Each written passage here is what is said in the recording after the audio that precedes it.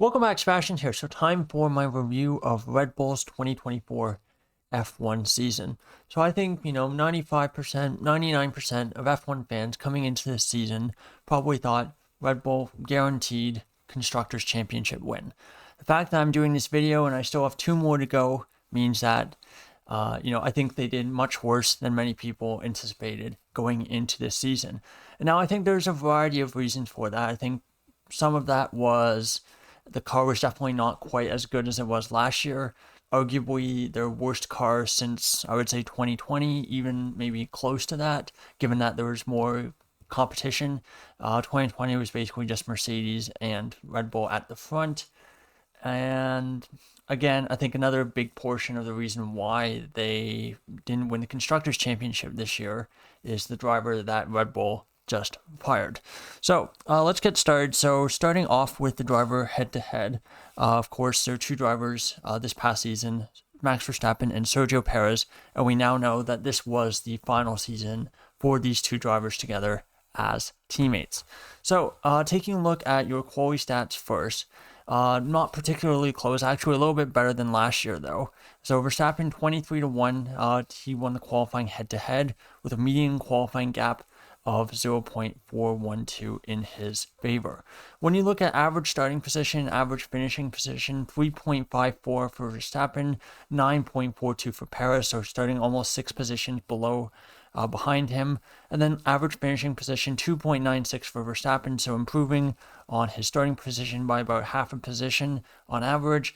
And for Perez, average finishing position of 7.2. So again, still improving by 2 places, but given how far back he's starting compared to the strength of the car, that's to be expected, and you would guess definitely would want a lot more. Now, Verstappen first in the championship, won his fourth straight drivers' championship, and for Perez, finished 8th, last of the drivers in the top 4 teams. When you look at race head-to-head in races where both drivers finished, 18-0 in Verstappen's favor. For points, 437 for Verstappen, 152 for Perez. Points above expected, so looking at my expected points model, Verstappen was 70.22 points above expected, which translates to 121%, which is excellent. For a Drivers' World Champion to have for the percentage to be in the 120s is very, very rare. Usually it's going to be mid to high 110s or in single digit 100s, just because the more points you get, the harder it is to have such a ridiculously high percentage. And for Perez, very, very poor season, as we all know. And again, it wasn't just limited to qualifying. If he, for example, when I did this video yesterday for Mercedes, Hamilton, of course, struggled a lot in qualifying, but the races were very, very good. And that showed up on the expected points model where he had a positive than that. So again, even in the expected points model, which basically completely eliminates qualifying performance, he still was very, very poor. Negative 76.39, which translates to 64%. So again, very, very bad. And again, when I looked at other number 2 drivers this past week, again, for most of those drivers, their worst seasons would be like 70%, high 60s. So the fact that Perez is basically a low 60 is very, very bad. Average power rankings, as you would expect. Verstappen's average was 4.29, which ranked first, and for Perez 13.58, which ranked 17th. If you just did it compared to expectations on the drivers, you could arguably put Perez last, but just because he was so much worse than what's expected of a driver in a top team. For Verstappen, interestingly, he had quite a few races where I put him in the bottom 10s. I'm like Hungary, Mexico, I believe, and then there's a couple others as well. And so the gap between first Verstappen, the driver, and number 2 is actually much smaller than what it should have been. It's just that Verstappen's bad weekends were just dragging it down a lot more than for the driver who was, second on my average power rankings. When you look at even conventional stats, it's pretty bad. For wins, Verstappen 9, Perez 0, podiums 14 for Verstappen, 4 for Perez, poles 8 for Verstappen, 0 for Perez. So basically it was an absolute bloodbath, with basically like either clean sweeps or absolute domination by Verstappen across the board. When you look at how they've compared over their 4 years as teammates together, it's actually kind of an interesting data set. So, for example, for qualifying, even though, again, the gap between the starting positions for Verstappen and Perez this season was about 6 positions, it was actually better qualifying than last year. And of course, the gap in starting positions was quite a bit smaller, I believe, as well. So again, it shows just how much of a difference it was between Red Bull basically being the best, arguably the most statistically the best car in F1 history, compared to being second, third best car over the course of the season, being very, very tight competition from 3 other teams. It shows just how big of an effect those different scenarios have. So, for example, for qualifying, that first season together is about 4/10 of a second. Second season, it was actually Perez's best season in qualifying. I think the gap dropped to about just under 3/10. And then last year, the gap was half a second, and then this year again, just over half a tenth of a second, I believe. So again, I think the axis might be a little off there, but again, I think it should be pretty accurate. When you look at the race model, though, again, it does actually, the first 3 years of their time together as teammates, it actually mirrors the qualifying results pretty well, which suggested that, unfortunately, you can't completely separate qualifying and race performances for the race model.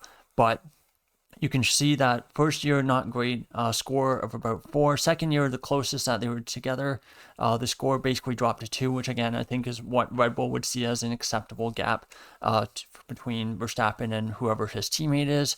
2023, again, much worse, a score difference of about 3. And then this year, somehow even worse than that, where despite the fact that the absolute gap in qualifying to Verstappen improved, the race performances got worse, and the gap was about 4.5, which again, I think, like I mentioned in my video a month ago at this point, it was the single biggest gap ever between 2 teammates over the course of a season. So again, not good. When you look at Red Bull itself, definitely a lot of areas where they took big steps back compared to last year. So for points, 589, which ranks 3rd. Average pole gap, this is kind of, I guess, one bright spot. The absolute pace from the car, I think, is still pretty good. The average pole gap, 0.144 seconds, which does rank first over the course of the season. So they did manage to stay ahead of McLaren there.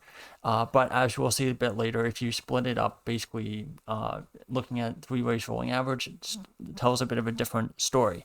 Average minimum finishing position, 2.63, which ranks 3rd. And this is a stat which basically reduces the effect of any underperforming second driver. So if you basically just took the average, the number would be much lower because you'd have many races where Perez was just dragging that number down. It's not reflective of the true pace of the car.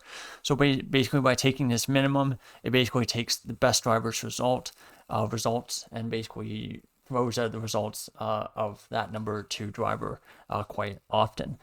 So again, but the fact that there's 3rd still suggests that, again, in race pace, arguably a little bit worse than Ferrari, definitely quite a bit worse than McLaren. Again, the other one caveat to that is, again, it can't completely get rid of the effect of a poor number 2 driver, as they don't have as Red Bull basically didn't have another driver who would basically cover for the weekends where Verstappen would have a DNF or a bad result. Now, when you look at pole gap over the course of the season, you can see the first 6-7 races Verstappen took pole all those races, so the line is basically at 0. And then over the course of the season, it kind of goes up, and actually it was about like a tenth and a half of a second for most of the summer portion of the season. And then basically after the summer break, things got a lot worse around Italy and Azerbaijan, where they're about almost half a second off pole. However, they kind of figured things out shortly after that with the Austin upgrades, and then they were much more competitive with both Ferrari and McLaren in qualifying, at least for the rest of the season. And basically by the end of the season, top 4 were very, very close in terms of 3 race rolling average. So very, very dominant at the start of the season qualifying, and you can see massive gap up to the Ferrari, McLaren, and Mercedes. And again, that gap was massively eaten away at over the course of the season. So going into 2025, it'll be very interesting to see how those top 4 teams compare over 1 lap. When you look at their race day performance over the course of the season, pretty drastic decline though. This is not the minimum finishing position stat. So again, this does have Perez's stats in here. So that again contributes to some of the decline, as well as Perez seemed to get worse and worse with every single quarter of the season. But when you look at the point, for example, first quarter of the season, about 250 points. Second quarter dropped to about 140 or so, just eyeballing it. And then second and third quarter is basically 100 points to 110 points. So again, Verstappen was a little bit better. Of course, getting those 2 wins in the final quarter in Brazil and Qatar helped with the points total, kind of covering for Perez, basically scoring like 7 points over the last 8 races or so. And again, when you look at average finishing position, very similar story. Average finishing position of 2 over the first quarter, and then second, third quarter, it's about 6, and then final quarter, it's about 7. And again, Perez's really bad results, where he would finish like 15th, 17th, some of those races, that's going to massively drag down those totals. Now, of course, looking at Red Bull's pace over the last 5 years, it's quite a dramatic picture looking at this graph here.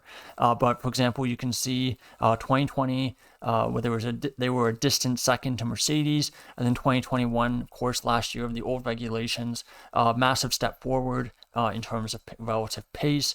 And then 2022, again, in qualifying, at least you can see actually they were never, absolutely dominant in qualifying. Their average minimum starting position basically hovered around 2 all 3 of 2021, 22, and 2023, before again getting a lot worse. Last year, it's dropping to about, well, not a lot worse, but definitely getting worse, dropping to about 2.5. But for the race day results, the red line, you can see 2021, 22, 22, 2023, massive improvement there, where they were basically, like I said, statistically almost the most dominant team in F1 history in 2023. And then you can see the massive step backwards in race day performance with that massive, basically for the first time over this 5-year stretch, the race day performance was actually worse than their qualifying performance. And again, Perez, I mean, he might have had a bit of an effect with that, but you're also going to have DNFs and stuff as well on Verstappen's side, like Australia, which will also drag that number down. So again, very interesting story. Again, marched towards basically domination those first 4 years, and then things really went wrong after the first quarter of last season. So it'll be very interesting to see if Red Bull can basically fight back, come back from that, and again compete for the Constructors and Drivers' Championship next year, or if this slide continues and we have like a worst case scenario, I would say like a Red Bull 2015 type season where they're basically in the midfield. They're one of the best teams in that midfield, but they're basically miles off competing for wins and podiums on a regular basis.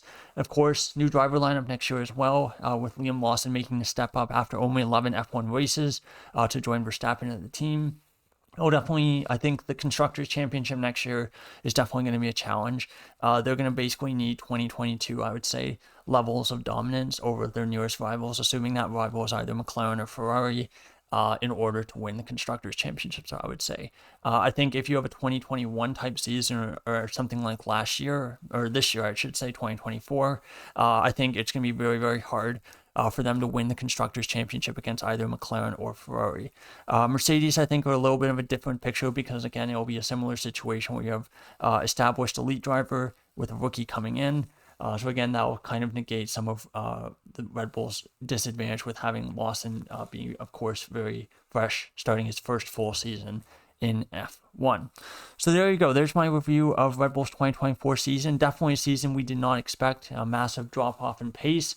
They still won the Drivers' Championship, but they did lose the Constructors' Championship, and I think that's a big part of the reason why Perez was let go, as he definitely cost them. I think the estimate is about $20 million in the Constructors' Championship. So there you go. There's my review of Red Bull's 2024 season. Only 2 teams left as we wind down 2024. So thank you so much for watching, and goodbye.